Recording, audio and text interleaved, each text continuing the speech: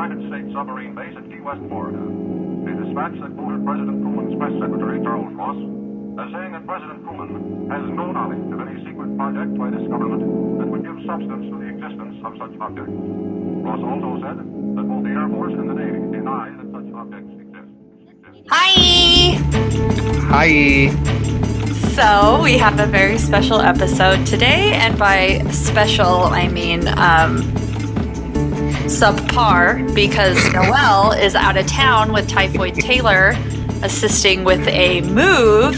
So I have elicited the assistance of my fiance, Don't say that anymore. Oliver. Don't say that. So, Oliver, this is your real introduction to the podcast. I know that you've done a Patreon before with Ty, and you guys did a terrible job. So hopefully you don't mess it up this time around. I'll do my best. I know I'm just going to be like a boring old tired man who's like, oh, it's almost 8 o'clock. It's bedtime. That's literally what you already said right before we started to record. So you know what? Let's jump into it. Maybe I can get you into bed on time on this school don't night. worry about it. I'll be okay. Okay, Oliver. Yes, I know you're not really on TikTok, so viral videos can kind of get past you a little bit. So I kind of want to fill you in on what is going viral right now. Okay. There is a video making the rounds of an 18-year-old recent high school graduate named Cameron Robbins, who is shown briefly swimming in dark waters next to his cruise ship called the Blackbeard's Revenge. Cameron was enjoying a graduation trip in the beautiful Bahamas alongside his friends. And it was on May 24th when a daring moment presented itself as one of his companions challenged him to take a leap into the inviting waters. Rising to the occasion, Cameron embraced the challenge, not knowing that it would mark the final time he would be seen alive. In the haunting video, you see Cameron swimming. It is very dark. You hear people on the boat urging Cameron to swim towards the lifesaver that they had thrown into the water for him, but he instead swims in the opposite direction. One person on the boat can be heard saying, "Bye-bye," and the video then ends, leaving viewers in a state of profound uncertainty. Since Cameron jumped into the waters around 9:40 p.m., search efforts were already off to a pretty dim start. Jonathan Chia, a representative for Pirates Revenge, the parent company of Blackbeard's Revenge, emphasized that the crew did follow all approved safety procedures and company policies to maximize the chances of retrieving an individual who had gone overboard. Unfortunately, though, this protocol didn't seem to be as prompt as you may hope it to, since the Coast Guard wasn't actually called in to help with the search until 11:30 p.m. Over the course of several days, both the Coast Guard and the Royal Bahamas Defense Force conducted extensive searches in the vicinity where Robbins disappeared. They utilized air crews and employed various search patterns to cover the area and surrounding waters. Ultimately, they searched more than 325 square miles until they eventually called off the search on May 27th. While this may seem like an open and shut case of a teenage dare gone wrong, I mean, you and I are from the Jackass era, where lots of people died doing crazy stunts. What has TikTok so interested in this is the fact that many claim you can actually see a shark in the very brief reel that is currently making the rounds, which could explain why Cameron suddenly swam away from the life-saving buoy that the cruise passengers had thrown to him. And I have a TikTok screen recording that I posted where it shows a regular shark attack, how they kind of like move their body. And then it shows a very slowed down clip of Cameron. I want to talk about this teenager who has a cruise ship. No. He was on a cruise. It wasn't his cruise. I thought you said like he owned it was on his ship that he owned. And I'm like, why is this person have a cruise ship named Blackbeard's Revenge? That was so confusing. Maybe I should listen better. You should, but that's all right. No, he was on a cruise in the Bahamas with friends, celebrating the fact that they had recently graduated high school. Senior trip. Sick. And now he's dead, Oliver, so not that sick. Well, senior trips are sick. Dying's not chill. Right. I'm trying to watch this TikTok and bears attacking me. Yeah, I can hear him barking, but you're just That's gonna have why to I was muted the whole time you were telling me about this, so I wasn't responding because he's just biting me. Yeah, believe it or not, we are in the same house. So I am aware that he is barking when he barks at you because we are just one room away from each other. But you know what? Stop. You gotta just do the Lord's work right now and just take it because there is so much more to cover. Unfortunately, there are no leads on exactly where Cameron is. And while it is likely that he has perished, the ultimate cause of his demise is yet to be seen. And considering the search is officially over, we may never know what became of him. And while we may never know what happened to Cameron, we're going to take a look at some gruesome and infamous shark attacks that have happened in history. Fatal shark attacks are statistically rare, with an average frequency of about 1 for every 2 years in the United States. Nevertheless, throughout history, humans have faced the risk of shark attacks while venturing into their habitats, being wading, swimming, or diving. And statistically, most attacks happen in only 4 feet of water, but there are cases of open ocean encounters.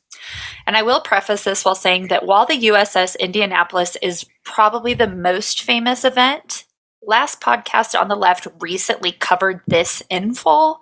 And since we have a pretty significant audience overlap, we're actually going to skip that one for now. Then you need to give me the rundown because I've never heard of this in my life.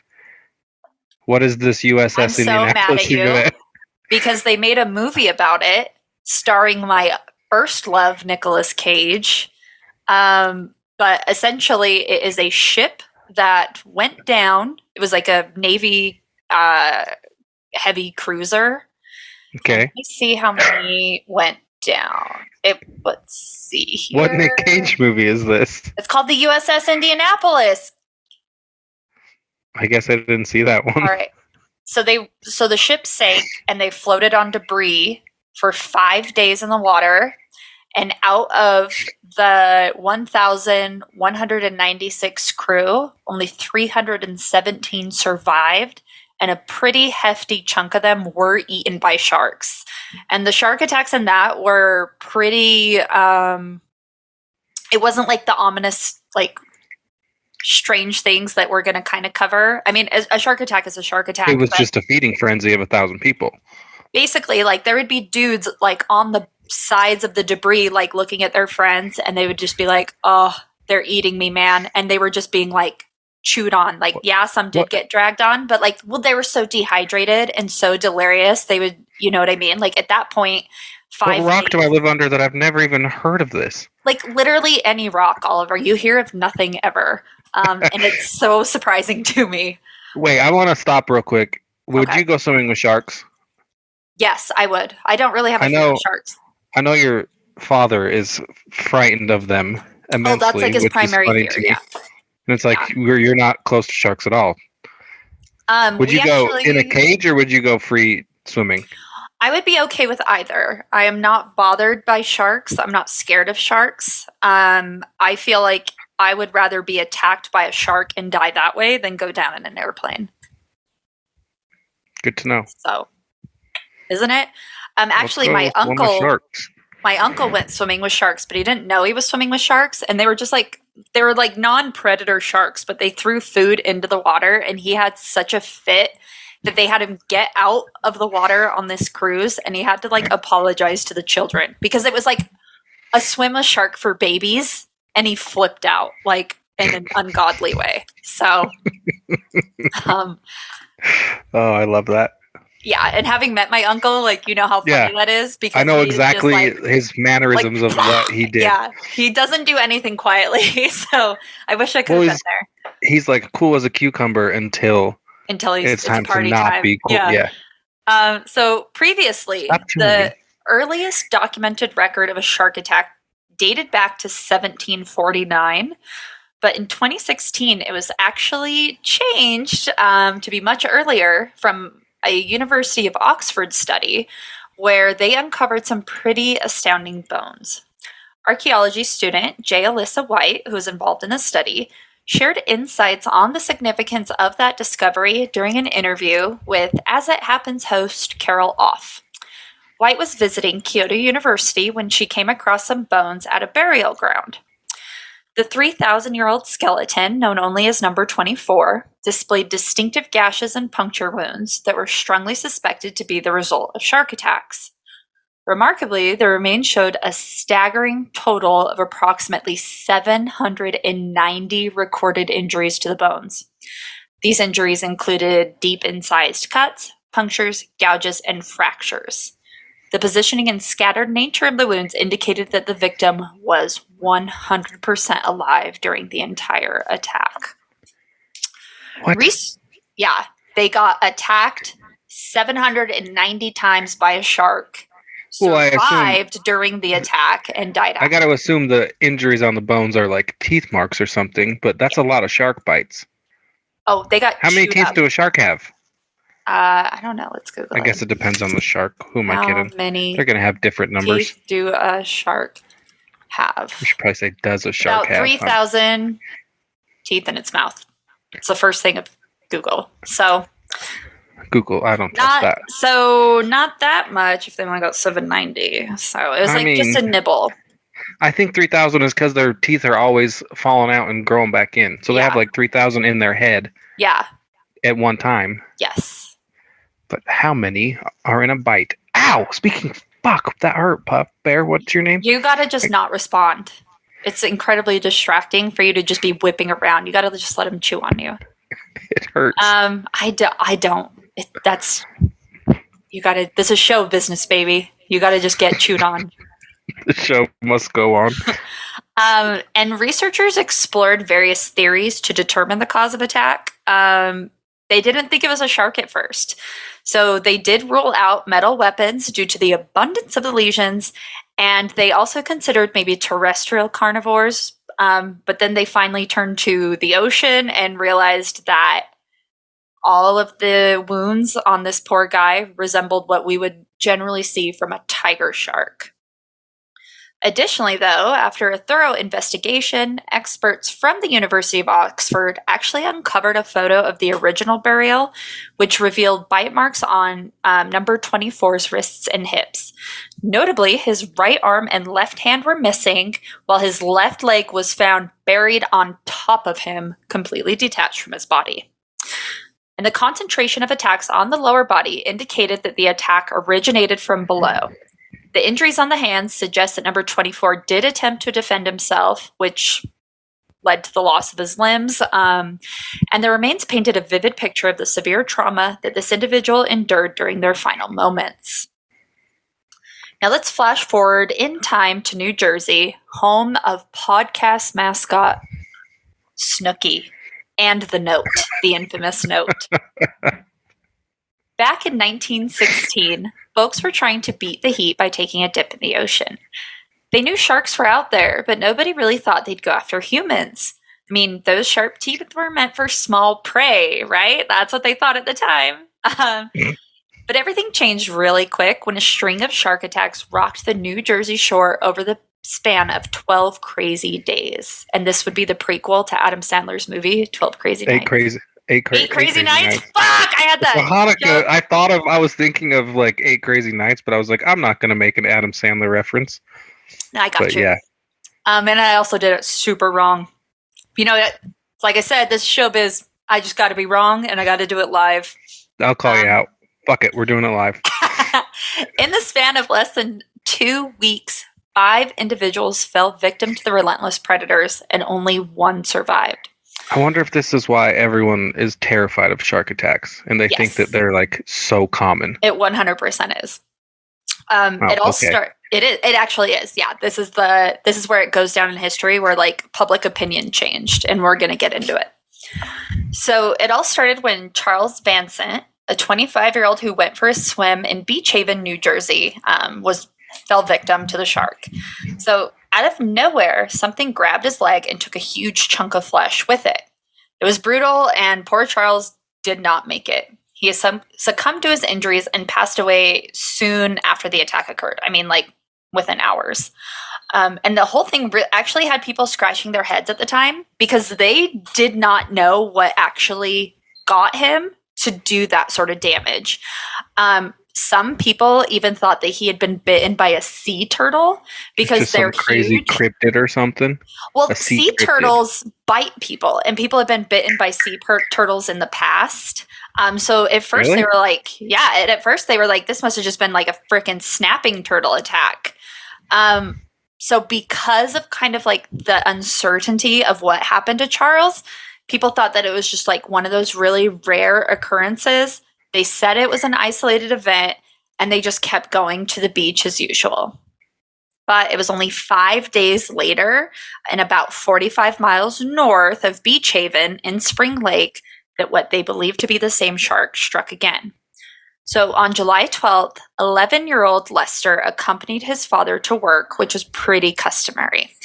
And although Lester had an epilepsy condition, he was allowed to join his friends after lunch to go swimming, and this was a pretty common thing for Lester and his friends. And they were really unconcerned about any potential dangers lurking in Matawan Creek. And Lester's friend, Allie O'Hara, was actually the first one to feel something brush against his leg. And initially, there was really no cause for alarm, but suddenly, a large dorsal fin emerged from the water. Panic set in as the boys screamed, and suddenly Lester disappeared from sight. Hastily, the boys ran back into town, and they raised the alarm and said that something was going on and that Lester had been dragged under the water. And 3 men did quickly race to the creek's edge, and they were scanning the surface in search of Lester. And at this time, that still people were not believing that it could have even been a shark. They thought that it was just a very tragic drowning where maybe Lester had an epileptic fit and went under the water. But unfortunately, that was obviously ruled out when 2 days later, Lester Stillwell's lifeless body was recovered when it surfaced approximately 150 yards downstream, and he had been partially eaten. And the wounds were caused while he was alive. So it wasn't like marine predators got him after he had, quote unquote, drowned. I know I shouldn't be chuckling, but as you're telling me about these shark attacks, all I can think about is Ace Ventura when he gets attacked by the shark. And then he pretends to go poop. You're like telling me these horrible things about people dying, and I'm just chuckling in my head like, Jim Carrey, what a guy. Yeah. I saw a thing the other day that said he's like on par with Tom Hanks as being like unhated in Hollywood, which I find surprising because I thought people hated him.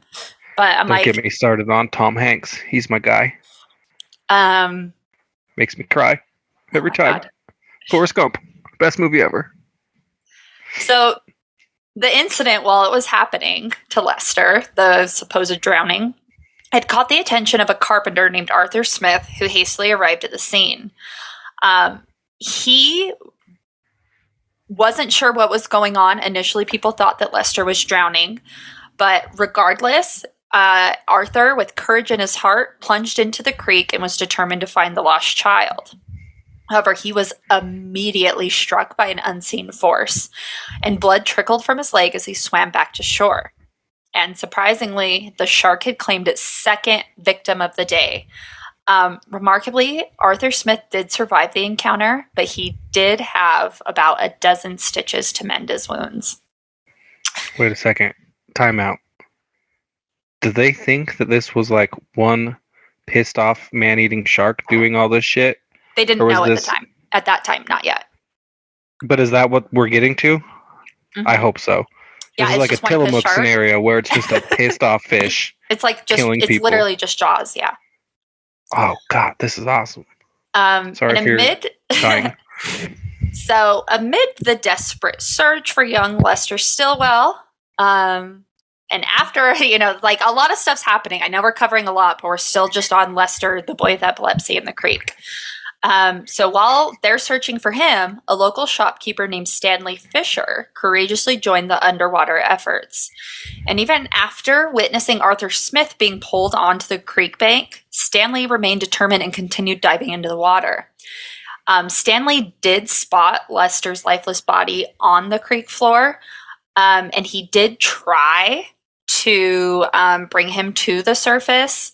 But before he could free Lester from whatever had a hold on him, something struck Stanley's thigh. And responding swiftly, others in the search party rushed to Stanley's aid, relentlessly beating the shark away from him while they were on their boats. But the damage, unfortunately, was already done.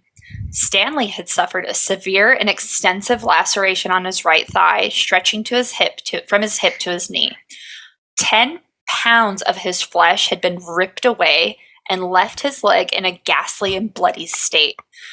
The attending physician at the scene held little hope for Stanley's survival during the arduous journey to the nearest hospital, which was about 20 miles away. And despite the transportation and subsequent operation, Stanley died from his injuries in the operating room, and his last words were, "I did my duty." Hell yeah, Stanley. You're a goddamn hero. 3 in one go. It sounds like boy, the shark was actively destroying Lester as Stanley comes to get him, and the shark's like, "Stop fucking with my dinner." So Lester goes underwater, yeah. Arthur jumps in to save him, gets bit by the shark, gets pulled to shore. Stanley sees Arthur get bit by something, dives in, sees Lester's body, tries to grab it, engages in a very brief tug of war, and then he gets got. All of this, can you believe that? That's scarier than Jaws. It doesn't even end there. That same day, the exact same day, 14-year-old Joseph Dunn and his brother Michael embarked on a day trip to New Jersey from New York City, taking a train to their destination. This is just a reason not to go to New Jersey. No, it's a reason to, okay. You're relatively new here, but we got to protect New Jersey, okay? Oh, why? What's New Jersey? Oh, Snooki. And the note. Well, the note technically took place in Florida, but it's encompassing love. It's from New Jersey? Yeah. From New Jersey with love? Yes. Okay, I read that one. And they wanted to just simply go for a swim in Matawan Creek. And that seemed like the best spot for them. So Thomas Cottrell, who was a retired boat captain, was on the nearby docks when he noticed a dark form moving through the tide towards the boys. Now, Thomas was a seasoned sea captain. He had actually been retired, but he still hung out at the docks for recreational purposes with sailing. And he did not worry about sharks coming inland, but he had been at Lester's attack earlier that day, so he was not taking any chances. He screamed at the boys to get out of the water, but it was way too late. Joseph waded into the water when something suddenly seized his leg, forcefully pulling him back into the creek. Acting swiftly, Michael dove into the water and desperately attempted to rescue his brother from the predator's grip.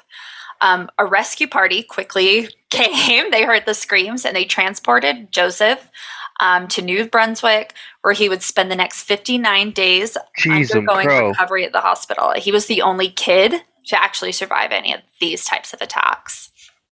And this shocking series of attacks left the community in an utter state of disbelief, prompting them to take immediate action in order to apprehend the apex predator that had infiltrated their unsuspecting town. A mob armed with shotguns, harpoons, rakes, spears, clubs, axes, and even dynamite descended upon the area. And the people of the town would not quit until they captured the man-eater that had been terrifying them for the past 2 weeks. I could just see a bunch of, South Park, they took our jobs, dudes going down to just swing on a fucking shark with a baseball bat. With a rake? Who brings a rake to a shark fight? Or it's like in the more recent Halloween movies when the town's like, we're going to get him, and they try to mob Michael Myers, and then he just kills them all. I know. And it's like, dude, what are you doing with a bat and a pitchfork? I also feel like shark attacks, that's scary, but it's also belly of the beast. If you get in the ocean and you get eaten by a shark, you just roll You just rolled the lower end of the dice that day. You rolled a natural 1. You know, like the dungeon master. I really ruled like the logic of a bat taking a bat to a shark fight. I'm never gonna get over a rake. That's just so dumb. I think rake is like pitchfork. No, I think a rake, like someone was like raking for your leaves, and they saw the mob coming, and then they just picked it up and joined in. Maybe they sharpened the other side to turn it into a harpoon. That was a spear. You're just gonna with a rake. You're just gonna like tickle the shark's belly, and he's gonna be like. Do you know what's cute? Is when I had that pig that I fostered, we would scratch its back with a rake, and she loved it. And then our dog, our dog at the time saw that, and then we would scratch his back with the rake. Was that Zach? Zach, or a different dog? That was Zach.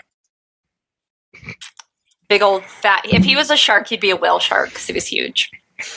Me too. Yeah. I'd be a blue whale. I would be a blue whale. Favorite animal.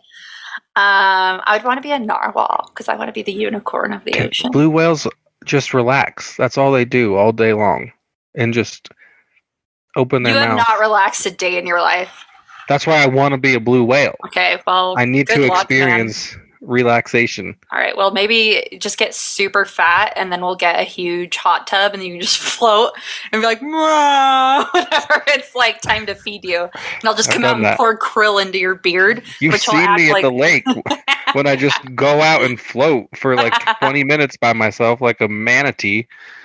Because I remember your dad was like, how do you just float for that long? And I'm like, I'm just buoyant, man. I fill my blubber with air, man. I'm just buoyant. Anyway, you float when you're drunk. That's a rule. Anyway, Thomas Cottrell, this was the one who yelled at the boys to get out of the water, ultimately came through for the town yet again when he claimed to have captured a massive bull shark weighing 230 pounds and measuring 7 feet in length at the mouth of Matawan Creek. I don't know enough about bull sharks, but that seems like a small shark. Maybe. There's a picture of it in the notes if you want to look. Maybe bull sharks are small, but like a great white is like a ton. No. Yeah, 7 feet in length is tiny because we're going to talk about a 20-footer here in a little bit. 20-footers? Yeah. So, exploiting the sensational nature of the event, Thomas even sold tickets for the public to view the notorious man-eater of Matawan Creek. And I just find that so funny that they didn't even know. By the way, this probably wasn't the shark because we're going to go into what the probable shark. So I don't even think that's a bull shark. So Thomas wasn't the only one who caught a shark, which was believed to have been the culprit of the attacks. This one was super interesting because everywhere that I found said that some fishermen took down the shark in self-defense, but they were in a boat and nothing said that the shark attacked them. So I think they just accidentally caught a shark and then tried to spin it because people don't like it when we murder animals. But they said it was taken out in self-defense. So chew on that however you'd like. But anyway, another group of fishermen took down a shark in self-defense, which scientists ultimately confirmed to be a great white. Rumors eventually spread that when they cut the shark open to examine the contents of its stomach, they recovered 15 pounds of partially digested human flesh. That's metal as fuck. Mm-hmm. And we should make an album about this. Whoever's in a metal band needs to jump on this story. It could be great. Reach out to Hemwick. They don't sing though, so you don't need to sing. Sharks don't for sing. A concept album. They just got to invoke feeling. I guess so. I'll sing for him. Damn it! I mean, you do have the voice of an angel. The series of attacks had a profound and lasting impact on the perception of sharks, transforming them from being seen as mere fish of the sea to being viewed with fear and caution. And we have been fighting that stereotype ever since. So despite the efforts of scientists to educate the public and debunk negative stereotypes, the sense of wariness and caution towards sharks has become deeply ingrained in our collective consciousness. This is where we get the mentality of Jaws. My internet just dropped out or something, and I have no idea what you just said for the last 20 seconds. That's fine. Lastly, we are going to cover the gruesome and horrifying death of Shirley Ann Durden, which marks one of the few instances where the person attacked was actually eaten. On a tragic Sunday afternoon of March 3rd, 1985, in Port Lincoln, South Australia, this heart-wrenching incident unfolded. Shirley Ann was a 33-year-old housewife and mother of 4, had set out on a day full of sun and swimming with her husband and children. Shirley, her husband Barry, and their diving companion Keith Coventry had been engaged in scallop diving and were making their way back to the beach to rejoin their friends and their children who were playing in the sand. Barry, who had gotten back to the shore faster than his wife, was standing on a submerged rock nearby when Shirley suddenly cried out in distress. Startled, Coventry turned around and witnessed a horrifying sight. Shirley was being lifted above the water, accompanied by a massive fin breaking the surface. Thrashing ensued, and the water quickly turned dark red, signaling the tragic turn of events. Oh no. Understanding the gravity of the situation and fearing for Barry's safety, Coventry struggled to hold him back from swimming towards his wife. It quickly became evident that even if the man did manage to get to Shirley, survival for her was impossible. The initial bite from the shark had resulted in the removal of both of Shirley's legs. One bite. Cut in half. And it doesn't end there. Hearing the terrified screams of Shirley's family, boats rushed to the scene, but the relentless predator continued its surprising assault. Shirley, literally bitten in half, floated in the water as the boats attempted to retrieve her. Instead, the shark quickly came for Shirley once again, this time removing her head and arm in the process. Jesus. That's not all. It circled back for a third and final time and took the last of Shirley's body down into the depths of the water where she would never be seen again. To this day, the only thing that was ever recovered of Shirley's was one single fin that she had been wearing on her foot. So not even any part of her, just her footwear. Nope. Other than the blood in the water, nothing. 100% consumed. 3 bites. Waste not, want not, I guess. 20-foot shark. Because it was longer than some of the boats out there. That's how they measured it. How big is... I gotta figure out how big a great white is on average. Do it. Like, how big is a great white? Like, is 20-footer a big-ass shark? I mean, I know it's a big-ass shark, but... So how long is a great white shark on average? 15 to 16 feet long. How long is a school bus? Oh, way longer. Yeah, 35 feet. That wasn't a good comparison. Anyway, so it was bigger than the average shark. So the news of Shirley's shocking demise was delivered in a detached manner, as if discussing a mundane event. The family had recently moved to Port Lincoln due to her husband's allergies, which led them away from their farm home in Carcoo. The loss was a devastating blow, leaving Larry Durden, Shirley's husband, overwhelmed with grief. All he could say to his children was, "She's gone. She's gone." Now, Oliver, before we end the episode, now you already left me for ghosts in Italy, but I want to teach you how you can fight off a shark and defend I'm not afraid of sharks. I'm afraid of ghosts. Okay, well, I looked it up on WikiHow, and there's only 3 things you got to do to save me. 3 methods. Super good source for information. I know. So the first method... Did it have the green steps? Yeah. So the first method... Well, it separated out 3 steps, but 3 methods. So the first method, play defense. Quote, to be able to defend against the shark, you must know where it is. So make every effort to watch the animal, even as you are working out your escape. End quote. Like the T-Rex from Jurassic Park, you got to stay calm. You can't make any sudden movements. Like a mountain lion. You got to look at a mountain lion because it won't attack you. They said in the article that you have to make sure to stay, that you don't stay. They said don't stand between the shark and the ocean. Like what? That's super helpful. How? You're already in the ocean. The whole ocean is the ocean. Yeah, but don't be... stand between the ocean and the shark. You don't do it, though. You better not. You better don't. Okay, well, you got to figure it out. You're the one who has to save me. The other option under play defense. Can I stand between you and the shark? If I'm between you and the shark, I'm not between the shark and the ocean. Yeah, technically, right? So and then you're good. Swim away. Yeah, I'll dump. We'll win on a technicality. I think sharks are okay with that. Okay, yeah, you got to let it know though. You just got to tell it. Like we don't want to be playing with rules that not everyone has access to. So you got to tell the shark that's what's going on. Sharks, I think they understand English. and yeah, they do. legalese. That's why I got to tell them. The next way, get into a defensive position and descend to find cover. You drown. They were like, hide in the reef. I'm like, where Just are go we under. going? Yeah, they said just swim down, hide on the bottom of the ocean floor, boo-boo.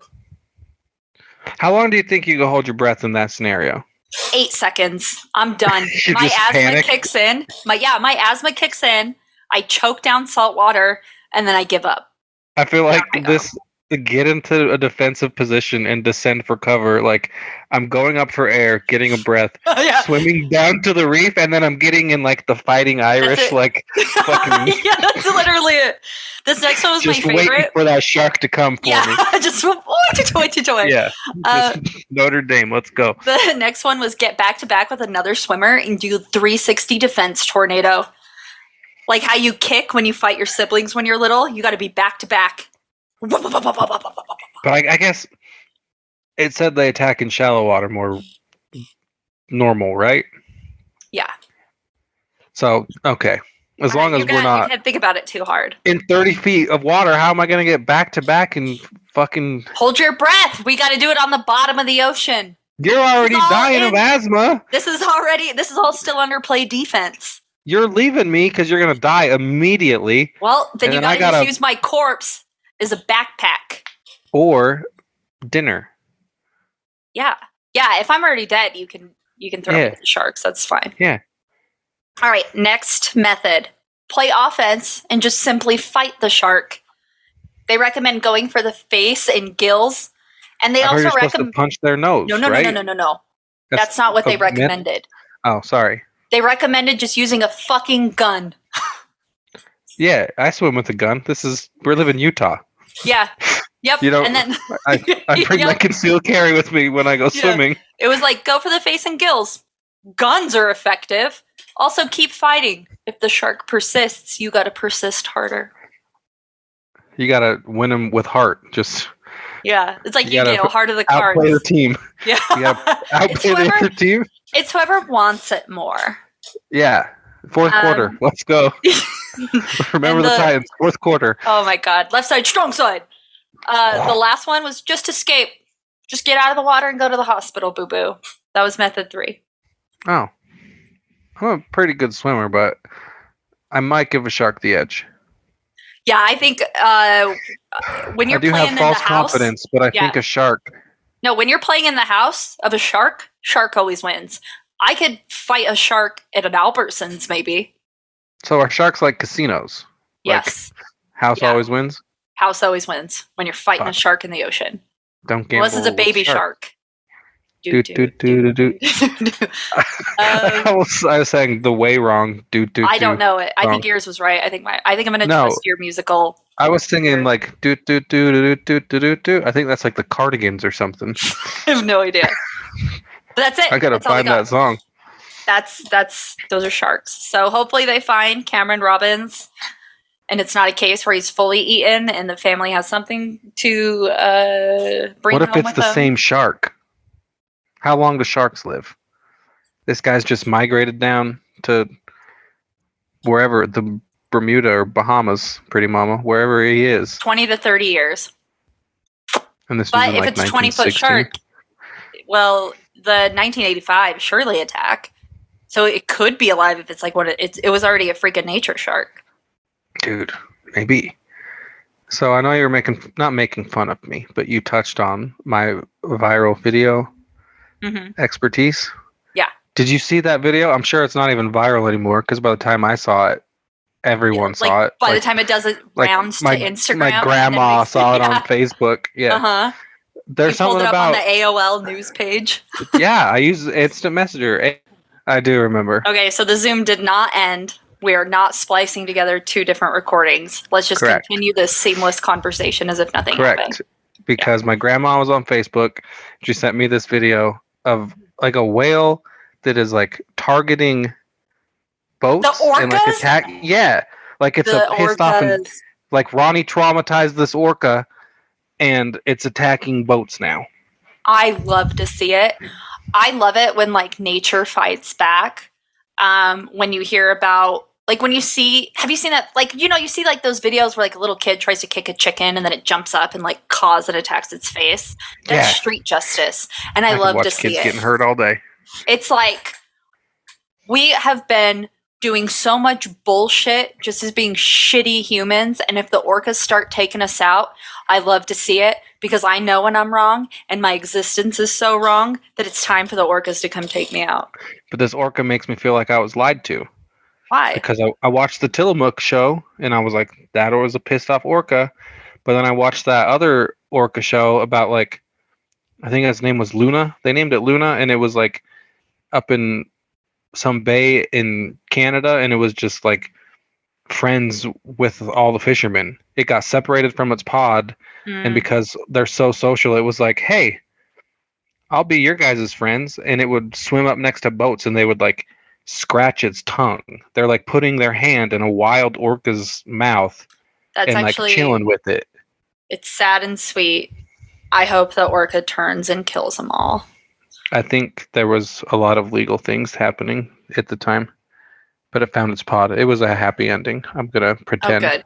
Because I only like to watch happy endings. That's why I don't ever watch shows with animals in them. As you know, it's pretty obnoxious. It infringes on you watching John Wick over and over and over and over and over and over. But there's three other John Wicks that we could watch.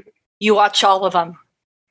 I don't watch number one. You're probably watching them all right now. You probably have already watched them. I guarantee you've watched a John Wick within the last 7 days because I know because you've watched all of the John Wicks in the last 7 days. Because number 4 just came out, so we had to rewatch the whole series because it's a perfect series. There's no bad things except for the dog dying. Great, the best. No, just the best. Fast and Furious is the best series. John Wick takes it. No, I think it's okay that you think that. It's okay to be wrong sometimes. Yeah, and lately I'm saying the best horror series is Evil Dead. Not a bad installation. Did we watch the last Evil Dead together? Yes. You were there. It was awesome. You know, the one together, before that. I was there. Yeah, the one before that, this recent one did not scare me, but the one before that terrified me. The one with rain and blood? I don't know. The one with literally rains the one blood. in the cabin with the girl, that She's one. Going through heroin withdrawals? Yeah, that one got me. That one, and then like the new Blair Witch scared me. The new Blair Witch? Yeah, they made Blair Witch again, and then they actually show the Blair Witch in it. The Blair Witch new movie. It's not like super new. Oh wait, they're actually making a new one in April 2022. Cool. I don't know. It wasn't super popular, but for some reason it really scared me because it took place in the woods. And like the woods. The original Blair Witch is the scary. It was so fucking scary when it came out because it was like the first found footage horror film, really. So no one knew if it was real or not. And I was like 10. Why were my parents letting me watch this? I don't know. But it was so scary. Speaking of horror movies, do you think Jaws earns a... Oh, I'm so done. Yeah. I was going to say, do you think Jaws earns a place with like the top tier monsters? And you literally have the Universal monster paintings and Jaws. So I just answered my own question. Never mind. But I don't know if it counts as a Universal monster. Not it's a Universal monster. But I think if you're like pulling out of the horror genre, like iconic horror villain or entity, but Jaws is still not even a villain. You know what I mean? Like, I mean, he's a bad guy. He's a shark. He's just doing what sharks do. Is he? He's kind of being a dick. No, they started it. We started it. We brought a knife to a fucking rake fight. Brought a bat to a rake to a shark fight? Yeah, we brought a rake to a shark fight, and we're losing. And that doesn't make them the villain. They have 3,000 teeth. I mean, you're going to have a lot of prongs on your rake. About 3,000. Yeah. If I want to go rake for rake, tooth for tooth, 100%. That's the only way you're going to win with a rake. No, or if I have a gun, WikiHow said. Yeah, your little Derringer. Your little two-shot Derringer. You better fire true. Yeah, man, sharks. So what if you had to be eaten by an apex predator, not counting Randy Orton, who would you pick? Oh.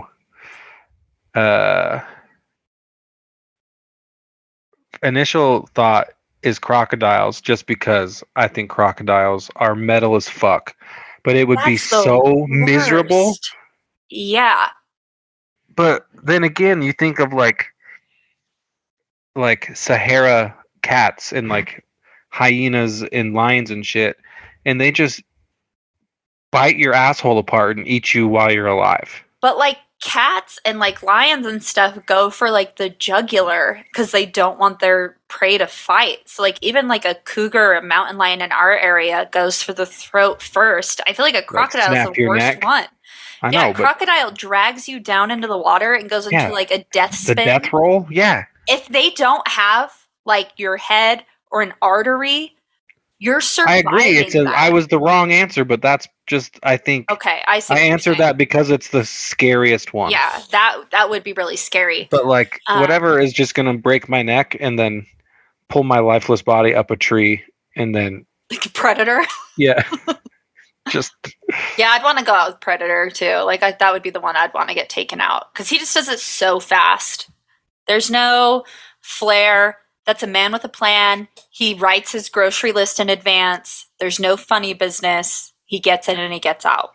Would you rather be eaten by a shark or like a pod of orca? I think a shark. I feel like a shark would be faster. Yeah. Because I feel like orcas have the social intelligence to kind of fuck with you a little first. And I don't want to be picked on before I die. Dude. Like I don't need to be bullied. Orcas might be like a little bit sociopaths. Yeah. And I'm okay with it because they're sick of our bullshit. And I need to be called out now and then so that I'm held accountable. I don't know. Which dog do you think would be more likely to defend us in an attack? Bear. If any. Bear. Yeah. Bear he defends you if I give you a hug. So no matter what he's gonna just bark. He's not gonna actually do anything. He has bitten human beings for painting their fingernails. Yeah, but I think Bear is afraid of a bear. I don't know. We got to take him to the zoo and find out. We got to just unleash him. Let's just go camping. We'll go up to bear country. I'm not desperate enough to camp. I don't know. It's science. You got to really put these theories to the test. We believe in science in this house. If Michael Phelps can swim against a computer-generated shark, Bear can fight a bear in my head and win. Michael Phelps swam against a computer-generated shark? Yeah. You want to know how I know you don't listen to podcasts? Because we talked about that on the last episode. Yeah, I remember now. Oh, my God. Okay, let's wrap it up. Thank you so much, Oliver, for stepping in for Noelle. We desperately miss her, and we hope that she and Typhoid Taylor have a safe trip. I'm not going to be as seamless as she is and as eloquent with the closing off, but she is at Noelle Fain. I am at Sithlard. You can find Go to Hell podcast on any social media stuff. Remember to check out our merch. All of it gets donated. We don't keep any of that money. Feel free to check out Kelly Halloran, who makes a lot of cool art. I think that's everything. Who do you want to hail today? I mean, I'm Team Noelle. I hail Satan. Okay, I'm going to say hail Team Jaws. Say praise Jesus. Hail Team Jaws and hail the orcas that are fucking giving us the business. Actually, I'm going with hail Odorous. Odorous Urungus. Rest in peace. Hail Odorous. Is Necrogoblicon this week? Yeah. No, it isn't. No, it's on the 10th. Sorry. Okay. All right. Thanks, Oliver. Bye. Bye.